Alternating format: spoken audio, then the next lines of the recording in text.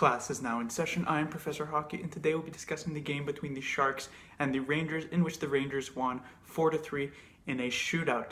This marked the third game in a row in which the Sharks went into an overtime, tied at 3, as they did it previously with the Hurricanes and the Ducks. And this time, just like the game against the Hurricanes, they ended up losing 4-3 in the shootout, off of the Rangers getting a single goal in the shootout, with the Sharks putting up a total of 0. So that marks 6 attempts so far for the Sharks in the shootout this season and 0 goals. Jones has been pretty solid, or I guess Aaron Dell played the game against the Carolina Hurricanes, and so both goalies have been pretty solid when it comes to the shootout, but the Sharks have given them 0 goal support. For the Rangers scoring, it was Zuccarello with his third of the season, as well as Kreider with his 5th and 6th. On the Sharks side, it was Brent Burns continues his point streak, Timo Meier continues his point streak, as well as Tomas Hertl, who continues his point streak, with Tomas Hertl's goal coming in the last, I think it was 1 or 2 seconds of the third period to tie it up and actually, get the Sharks a single point.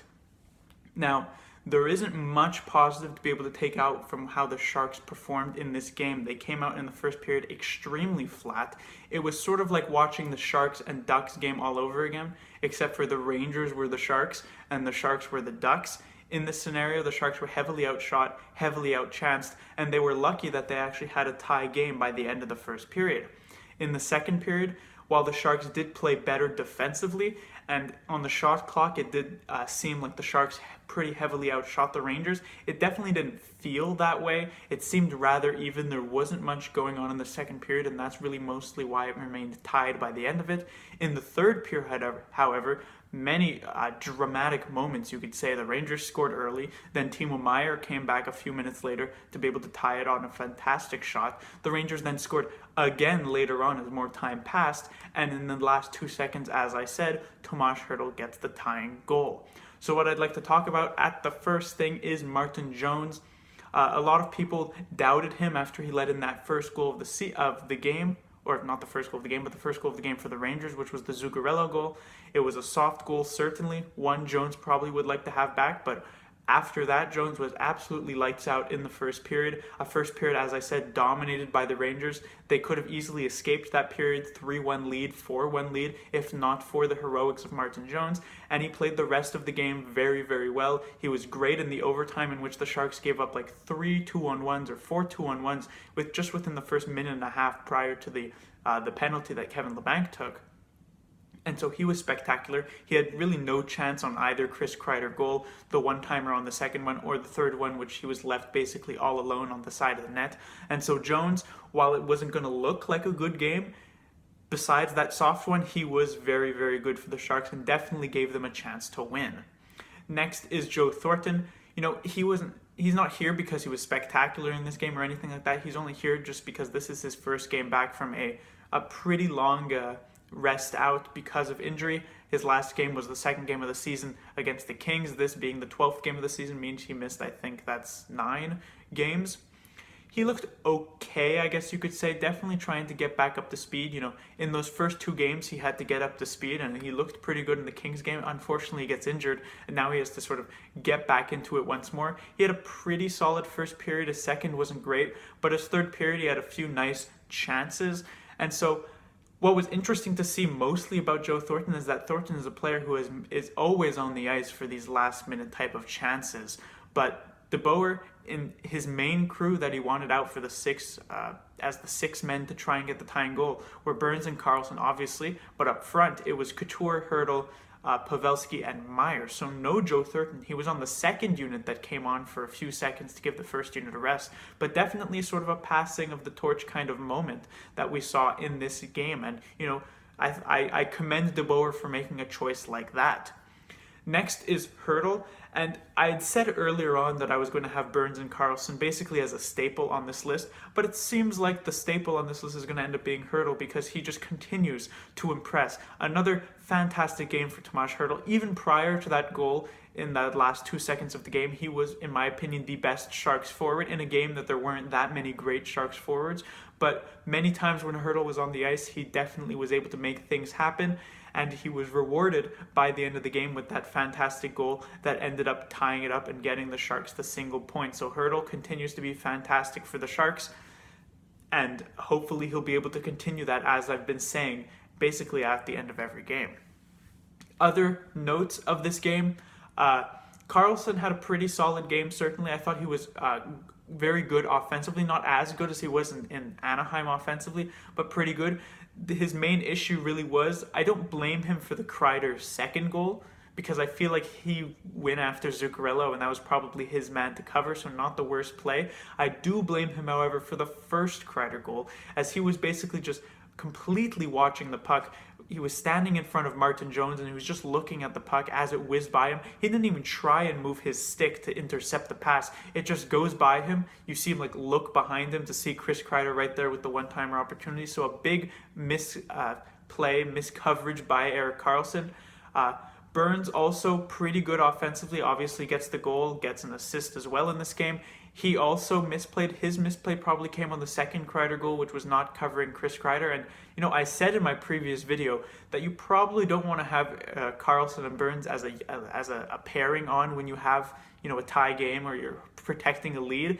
And DeBoer doesn't listen to me, puts out Karlsson and Burns when the game is tied at 2, and they are immediately punished with this play, which was just a massive defensive breakdown all around. So hopefully DeBoer has learned his lesson at this point to maybe not put those two out, on a defensive zone faceoff while holding a lead or while tied in a game. The last forward I do want to mention here, actually, I'll mention two more. Kevin Labanc, another tough game for him. He takes that penalty in overtime, which was basically just the cherry on top of what was not a great game for him. DeBoer gave him maybe one last chance. He put him on the line with Hertl and Couture, who were probably two of the hottest Sharks forwards besides Timo Meier after that. And Labanc really didn't get too much going with that line. Eventually, he was once again demoted to the fourth line, and his 2-second opportunity that he was given in overtime to show himself. He has an overtime goal this season. He takes a penalty, and I'm not sure what's going to happen with Labanc next game, but we'll see what DeBoer decides to do and what his fate is. The final player who I don't want to mention is Evander Kane. I don't blame too much. I don't blame Kane too much for not being able to have too much of an impact on the games in the past couple of times. His line has been changing a lot. First, he was on a line with an underperforming Kevin Labanc. Now, all of a sudden, he's thrust onto a line with Suomela and Donskoy. And so there is a lot of line juggling, and so hopefully Kane can find his game at some point, but not a very good game. And he was also at fault on that third Chris Kreider goal, the go-ahead one that made it 3-2, or the second Chris Kreider goal, my mistake. The final thing I do want to talk about, which was something very, I'll say interesting, I guess, which was the forward line. So you'll see here, this is how the forward line started for the game, but certainly not how it ended up progressing. It was Meier, Thornton, Pavelski, then Hertl, Couture, Labanc, Kane, Suomela, and Donskoy, and then Sorensen, Goodrow, and Karlsson. So this is what it was for the majority of the, I'd say, first half or so of this game, but about with 10 to 12 minutes left in the second period, the Sharks made a first change. They put Labanc down to the fourth line. Meier was put Labanc down to the fourth line. Meier was put back onto the second line, and then Melker Karlsson was put onto the first line. But that was pretty short-lived for about 6 minutes until another set of line shuffling went down. Sorensen ended up on the first line with Thornton and Pavelski. Then it was Meier, Couture, and Donskoy, because Hertl was put to the third line with Kane and Karlsson, and then the fourth line was, or not Kane and Karlsson, Kane and Labanc, and then the fourth line became Karlsson, Goodrow, and Suomela. So a massive line blender moment in this game. And it's not rare to see DeBoer make these changes, but the Sharks were coming off of a win, and I understand Thornton is being injected into the lineup, so something did have to change. But the fact that they're sort of just throwing everything up into the air, and what was especially interesting is that, they didn't even keep the Meier, Couture, Hertl line intact, and instead put Hertl on the third line, which I found rather odd. Maybe trying to ignite the play. Hertl has been the best forward for the Sharks, so maybe trying to ignite the play of his two wingers, Kane and Labanc at that point. It didn't really work. So we'll see what DeBoer decides to do going into the next game, but this is probably the most interesting part of this game, really, is how the forward lines are going to shake up. In a world, some people were saying that Thornton, maybe he should go into the third or fourth line when coming back.